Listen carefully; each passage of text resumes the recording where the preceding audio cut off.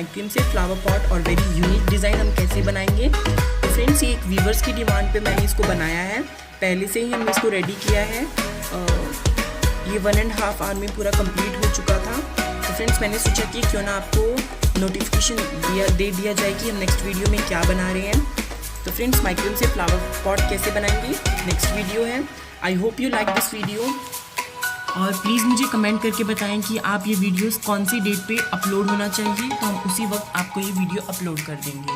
तो thank you so much friends. अगर आपने मेरा चैनल अभी तक सब्सक्राइब नहीं किया है तो सबसे फर्स्ट जा करके मेरा चैनल सब्सक्राइब करें, उसके साइड का बेल आइकन को प्रेस करें ताकि मेरे आने वाले जो वीडियोस के नोटिफिकेशन है वो मिल सकें सबसे पहले आपको।